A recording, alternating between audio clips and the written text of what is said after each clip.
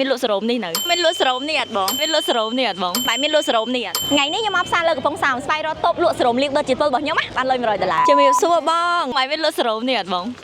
ម៉ែអីគេអូនសរោមលៀងជាតិពុលតវ៉ាន់នេះអូនតែថ្មីដឹងតំដូររូបរាងថ្មីតំចេញបាន15ថ្ងៃហ្នឹងថ្ងៃនេះយើងមាន challenge ដល់រកអ្នកលក់សរោមលៀងជាតិពុលហ្នឹងណាគេលក់បាន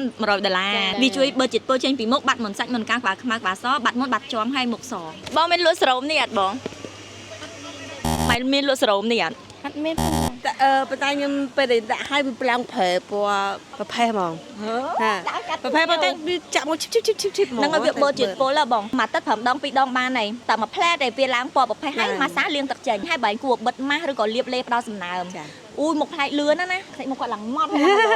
ដើរកាត់ភ្នៀវអត់ក៏ច្រើនបងតែប្រើប៉ិតតែល្អមែនអត់បងចាល្អឈូសមុនសាច់មែនអត់ហ្នឹងឈូសពេលតែដំបងមកវាចេញតិច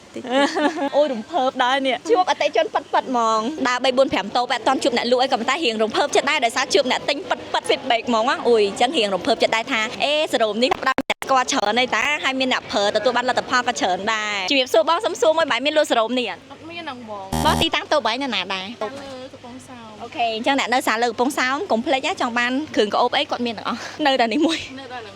សុំសួរតិចមកបងបែរមានលក់សរោមនេះនៅស្រមហ្នឹងនៅបាយដែរឃើញសរុបក្នុងអនឡាញនៅឃើញតែបងផុសអូខេតែមិនចូលបាន15ថ្ងៃចាំមកខ្ញុំឆែកមើលថាមានអ្នកលក់នៅក្រុមនោះមួយតែ13ឯងបាត់មុនសាច់មុនកាំងក្បាលខ្មៅក្បាលសបាត់ជាប់បាត់អាចជ្រុយហើយធ្វើមុខសក្មេង